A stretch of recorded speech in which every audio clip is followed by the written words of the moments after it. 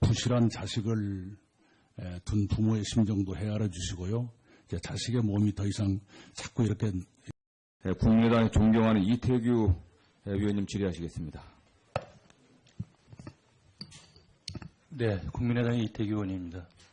그 후보자님 국정에 대한 어떤 견해를 좀 듣기 전에 합리적 설명이 좀 필요한 부분에 대해서 몇 가지 질문을 좀 드리겠습니다.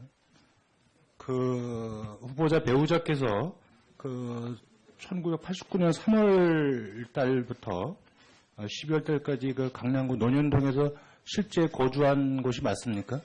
실제 거주하지 않았습니다. 그럼 위장 전입이신 거죠? 그렇습니다. 예, 위장 전입이시고.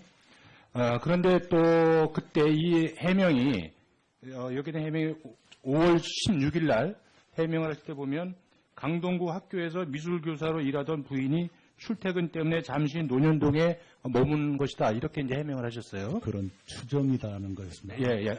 아내의 기억이 확실치 않아요. 예. 시무선의 추정이 그랬는데. 근데 이건 이제 부인이 제일 잘 아실 거 아니겠어요, 그죠? 예. 두 번째는 나중에 이제 기억을 살려냈어요. 예, 어저께 보니까 이제 강남교육청 소속 학교로 배정받기 위해서 위장 전입을 하신 거죠. 그러니까, 네. 그죠? 네. 그러나 포기했습니다. 네. 그러니까 위장 전입은 맞는 겁니다. 네. 네. 두 번째는 그 자제분 이제 그 전세 자금 문제 때문에 이제 2억 4천은 뭐 배우자에서 측에서 냈다니까 그건 놔두고 1억 원인데 그 1억 원 중에서 이제 결혼 축의금으로 충당한 게 4,400만 원 정도 됩니다. 이렇게 보면 그런데 자제분께서 결혼식을 한 날은 제가 알기로는 2013년 11월 16일로 알고 있습니다. 그런데 자제분께서 이 아파트에 전입신고를 한 날, 전입신고라는 거는 일단은 자금을 다 치러야 전입신고가 가능한 거 아니겠습니까? 그러면 이 전입신고 한 날은 결혼식 그 전 11월 11일 날 전입신고를 했습니다. 그러면 결혼도 하지 않았는데 결혼 축의금을 미리 받은 겁니까?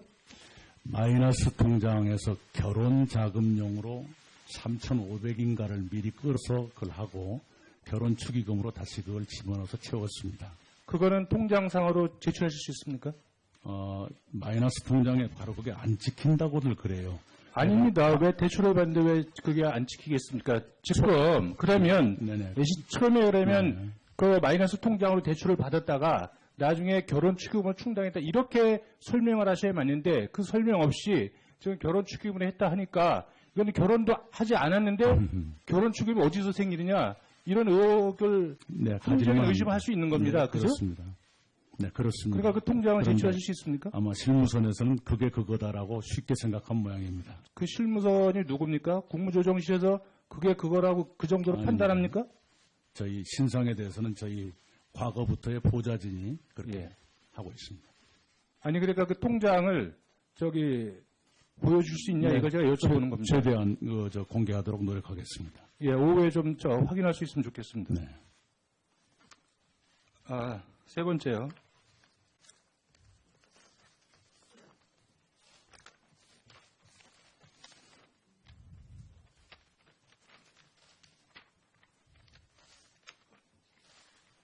그 어머님의 이제 그 주택 이제 셋째 동생께서 주거용으로 이렇게 하셨다 구입했다 이제 매각하신 이 부분에 대해서 이제 투기 의혹이 제기되고 있습니다.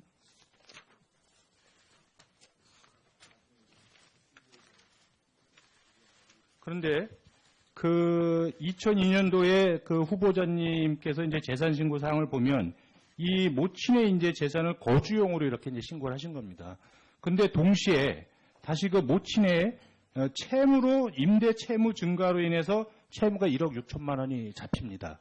그 얘기는 뭐냐면 모친께서 거주용으로 샀다고 하는 그 집에 전세를 승계한 겁니다. 그러니까 그 집에는 전세를 들어가 있어서 누가 살고 있기 때문에 거주가 불가능한 것이죠. 근데 이게 어떻게 거주용이라고 신고할 수 있습니까? 아마 동생 말을 듣고 그대로 신고한 것이 아닌가 짐작이 됩니다. 그 동생이 했던 거래 행위여서 확인하지는 못했습니다. 그러니까 제가 볼 적에는 이 부분은 어머님께서 살기 위해서 주택을 구입했다. 이 부분은 합리적으로 설명이 안 된다는 말씀을 제가 지금 드리고 있는 겁니다. 네.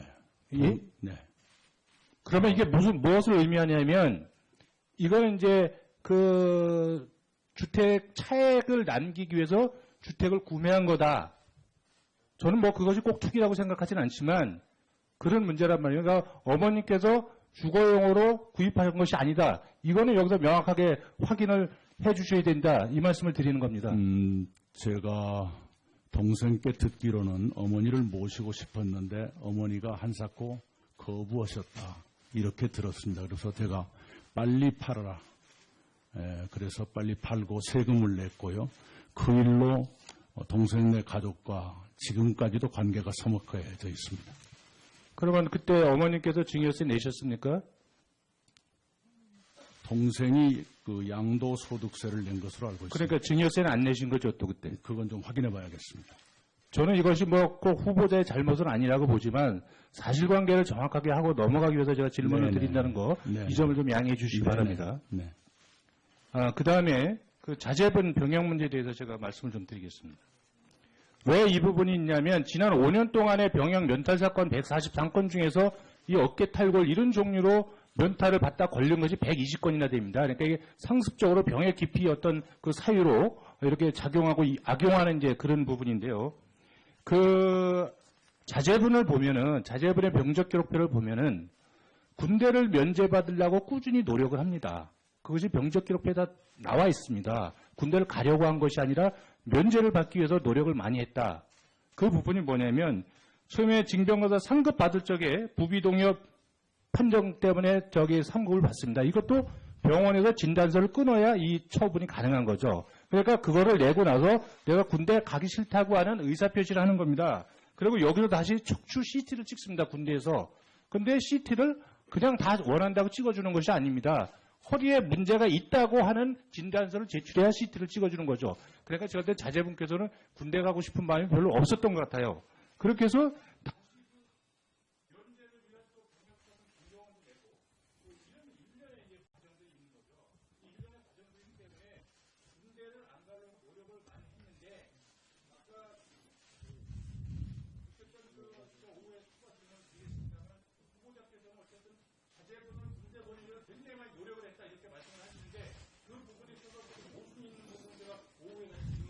네, 우선 답변을 몇 가지 드리겠습니다. 고등학교 2학년 때부터 어깨 치료를 받았다는 그 진료 기록이 첨부되어 있을 것입니다. 어깨를 일부러 다친 것이 아니고요. 그 다음에 병원 입영 날짜를 2, 3개월 앞둔 시점에 심각한 상처를 입었습니다. 그것은 같이 운동을 했던 친구들이 증인이니까요. 얼마든지 확인이 가능할 것이라고 생각합니다. 만약에 여기에 허위가 있다 그러면 그 젊은 친구들이 지금까지 아무 말을 안 했을 리가 없다 이렇게 생각을 합니다. 그리고 또 하나는 대학 1학년 때 신검을 받고 자동적으로 입영이 연기된 상태인데 재학생이기 때문에 일부러 군대를 가겠다고 병무청에 가서 신청을 했습니다. 그래서 모든 과정이 진행된 것입니다.